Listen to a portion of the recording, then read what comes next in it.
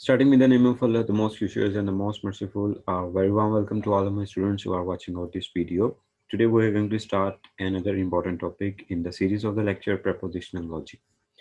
इसमें हम ये सीखेंगे हमने पिछले जितनी वीडियोस में हमने ये देखा है कि प्रपोजिशनल लॉजिक होते क्या हैं, प्रपोजिशनल लॉजिक किन किन लॉजिकल कनेक्टिविटी से आपस में जुड़ते हैं.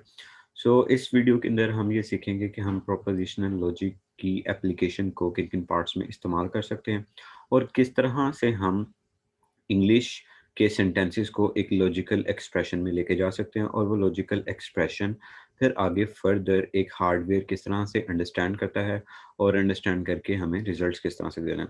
तो शायद हम इस वीडियो के अंदर उस हार्डवेयर के बारे में ज़्यादा बात ना कर सकें, लेकिन हम ये ज़रूर देखेंगे कि किस तरह से एक इंग्लिश की एक्सप्रेशन एक लॉजिकल एक्सप्रेशन के अंदर चेंज की जा सकती है और उसकी हम कुछ मज़ीद प्रैक्टिस करेंगे. So let's begin. देखिए हमारे पास एक इंग्लिश की एक्सप्रेशन है, you can access the internet from campus only. आप इंटरनेट को एक्सेस कर सकते हो कैंपस से, ठीक है. You can access the internet from campus only, एक ही शर्त पे, if you are a computer science major और you are not a freshman. या तो आप दो कंडीशन देखें, you are a computer science major कि आप कंप्यूटर साइंस पढ़ रहे हैं. दूसरा, और you are not a freshman और आप फ्रेशमैन नहीं, फ्रेशी नहीं है आपके, यानी कि जिनका न्यू एडमिशन हुआ था आप वो वाले स्टूडेंट नहीं है. तो लास्ट टाइम भी आपसे ये डिस्कस किया था कि जब भी आप किसी भी इंग्लिश की ट्रांसलेशन कर रहे हो तो इंग्लिश की ट्रांसलेशन करते वक्त आप सबसे पहले इंग्लिश के सेंटेंसेस के अंदर ढूंढें कि कितनी आपकी प्रपोजिशन है और कौन कौन से ऑपरेटर यूज हो रहे हैं. देखिए जैसे एक ऑपरेटर है आपका और, देखिए एक और, देखिए इस और के बाद ये एक दूसरा जुमला स्टार्ट हो रहा है, you are not a freshman, ठीक है. और इससे पीछे एक ये जुमला है, ठीक है. सो इसका मतलब मुझे नजर आ गया कि इस और के साथ दो प्रपोजिशंस जोड़ेंगे, दो जुमले जोड़ रहे हैं, ठीक है. सो इस और प्रपोजिशन के साथ दो जुमले जोड़, एक you are not a freshman, आप फ्रेशमैन नहीं है. तो देखिए नॉट हो रहा है, इसका मतलब है कि ये जो फ्रेशमैन, ये जो जुमला होगा यू आर अ फ्रेशमैन, ये एक्चुअली में जुमला क्या है हमारे पास. ये एक्चुअली में हमारे पास जुमला है यू आर अ फ्रेशमैन. अगर मैं कहूँ कि आप इसका निगेशन फाइंड आउट करें, इसका निगेशन हम किस तरह से फाइंड आउट करेंगे. इसका निगेशन होगा you are not a freshman. ये इसका निगेशन हम इस तरह से इसका जो है निगेशन फाइंड आउट कर सकते हैं. इसका मतलब हमें ये क्लियर हो गया कि यू आर अ फ्रेशमैन ये एक प्रपोजिशन है. मैं इसको कोई भी प्रपोजिशन कह सकता हूँ, you are a freshman. You are a freshman, मैंने इसको एक प्रपोजिशन कह दिया आर, ठीक है. जब भी आप ट्रांसलेशन करने लगे तो उसमें सबसे पहले आपने क्या करना है, आपने ढूंढना प्रपोजिशन कौन सी है और कौन कौन से ऑपरेटर इस्तेमाल हो रहे हैं. अगर पिछली वीडियोस में देखें तो हमें पता है और एक ऑपरेटर है जिसका सिंबल क्या होता है, इसका सिंबल होता है ये, ठीक है जी. ये हमारे पास एक ऑपरेटर है. एक प्रपोजिशन होगी you are not a freshman, या आप डायरेक्ट चाहें तो डायरेक्ट भी लिख सकते हैं, लेकिन नॉट जब भी लिखेंगे फिर इसका नेगेशन आएगी, तो फिर हमें इस आर के बजाय ये लिखना पड़ेगा, नेगेशन आर लिखना पड़ेगा और साथ में यहाँ पे पूरा कंप्लीट जुमला लिखना पड़ेगा, you are not a freshman. Alright जी. पहला हमने एक ढूंढ लिया you are not a freshman, ये एक प्रपोजिशन होगी.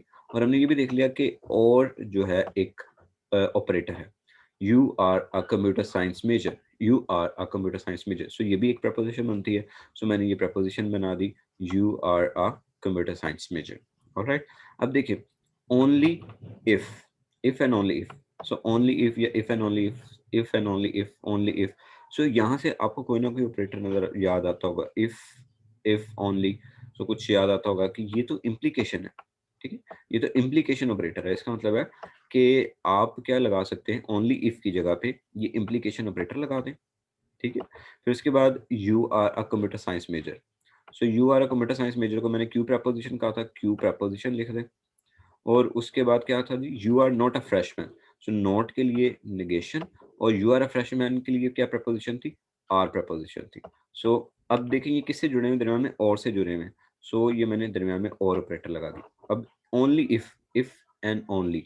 एक प्रपोजिशन में याद लॉजिकल कनेक्टिविटी याद आती है, वो है हमारे पास इम्प्लीकेशन. मैंने इम्प्लीकेशन लिखी, you can access the campus, you can access the internet from campus. इसको भी फिर एक प्रपोजिशन कह देते हैं, ये भी एक प्रपोजिशन बनती है. इसे प्रपोजिशन पी नाम दे दिया. यहाँ पे मैंने पी लिख दिया. देखिए कितना आसान है किसी भी लॉजिकल एक्सप्रेशन को आगे किसी भी लॉजिकल सेंटेंस को, किसी भी इंग्लिश के सेंटेंस को आप किस तरह से लॉजिकल एक्सप्रेशन के अंदर लेके जा सकते हैं।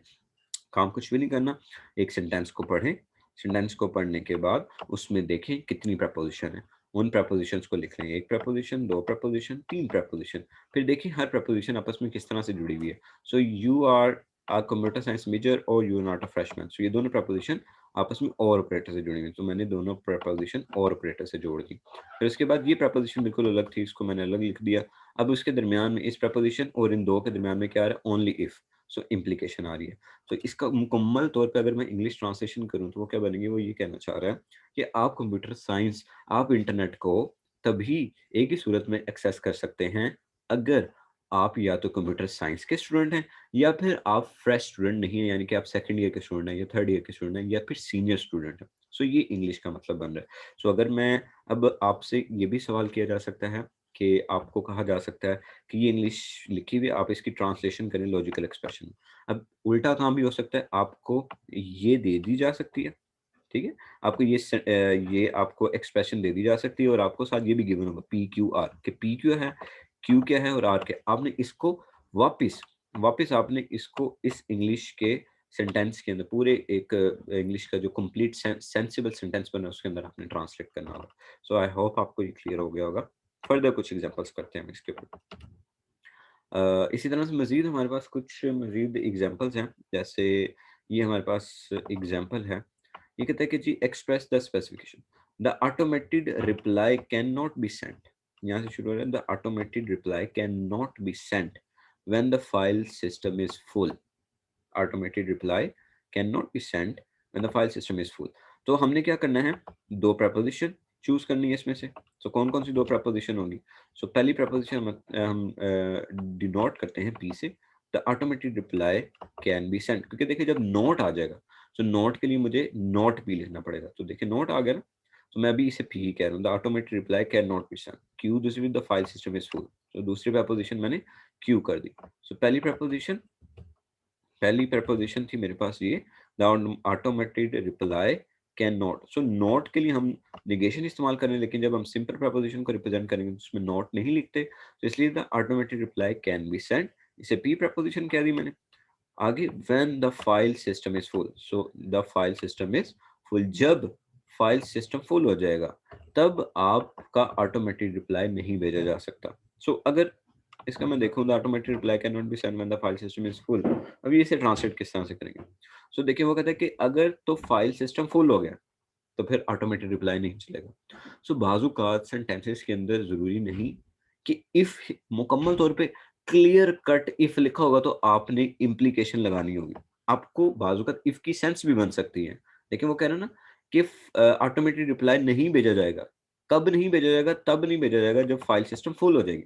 अब देखिए व्हेन के लिए तो हमारे पास कोई ऑपरेटर नहीं है, हमारे पास जो लॉजिकल ऑपरेटर है वो या तो इफ के लिए है या फिर इफ एंड ओनली इफ के लिए। ये दो लॉजिकल ऑपरेटर्स हैं हमारे पास, कंडीशनल जो ऑपरेटर्स हैं। इसमें वो कह रहा है कि फाइल सिस्टम इज फुल, कि जब फाइल सिस्टम आपका फुल हो जाएगा फिर ऑटोमेटेड रिप्लाई नहीं भेजा जा सकता।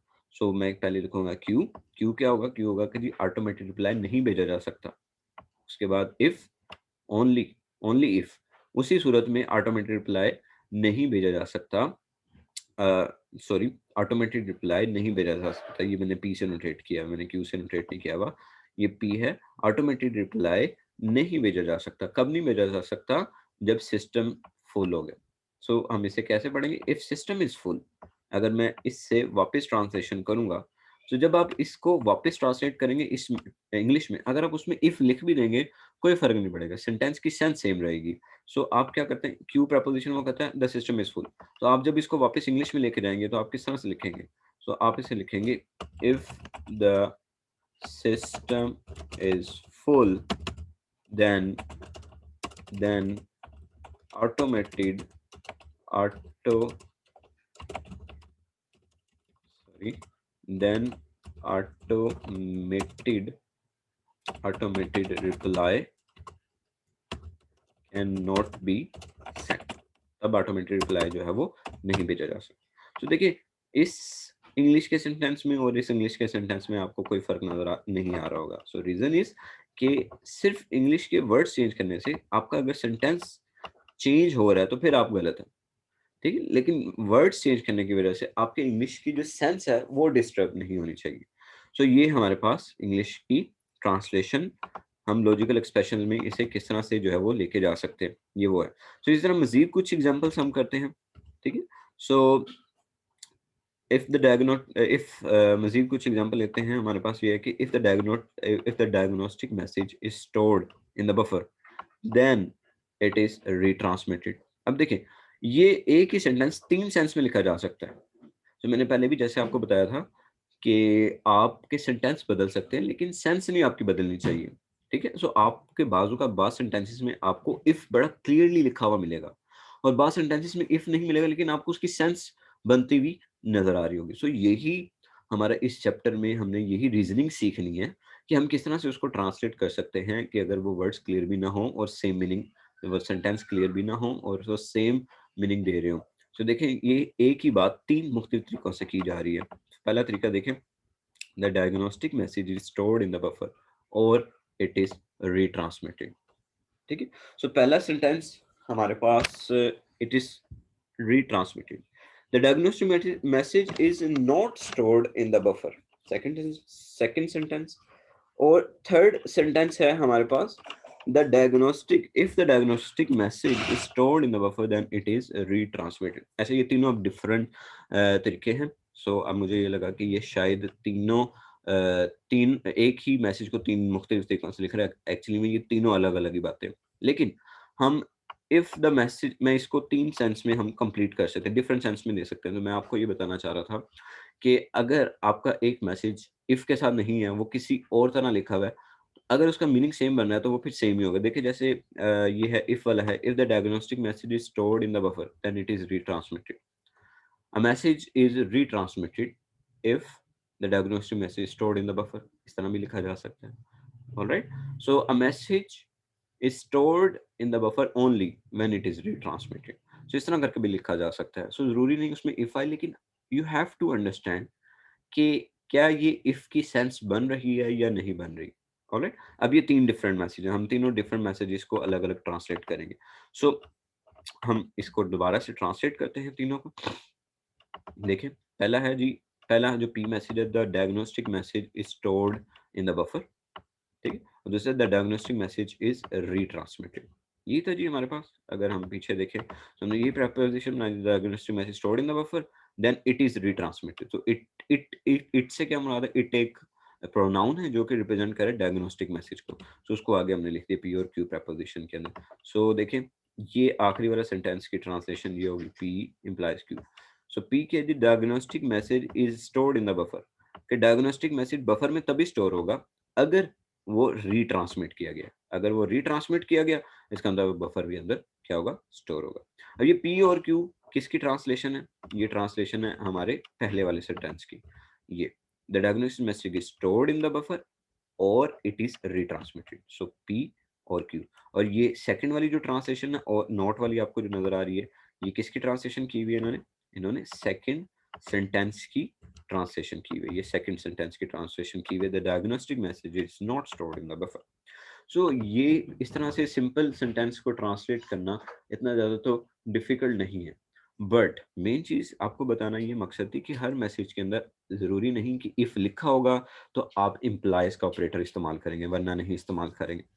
आपको पूरा सेंटेंस एक बार पढ़ना पड़ेगा और आपको रीजनिंग करनी पड़ेगी कि क्या इसमें कोई कंडीशन आ रही है या नहीं आ रही। जैसे इसमें कंडीशन इन्वॉल्व हो रही है कि डायग्नोस्टिक मैसेज तभी स्टोर होगा जब वो रीट्रांसमिट होगा। सो कंडीशन आ गई कि रीस्टोर कब होना है, जब उसने रीट्रांसमिट होना है, या रीट्रांसमिट कब होना है, जब उसने स्टोर होना है। तो जो मैसेज स्टोर हुआ होगा इसका मतलब है वो रीट्रांसमिट भी हुआ होगा, जो रीट्रांसमिट होगा इसका मतलब है बफर के अंदर स्टोर भी होगा। सो आप कहीं से भी इसे चेक कर लें तो ये कंडीशन इसके अंदर आ रही है। So this is reasoning in logical propositions के अंदर हमें थोड़ी सी रीजनिंग करनी पड़ती है। So I hope you just got an idea what I'm trying to cover in this video. So if you like this video, please give thumbs up. Thank you.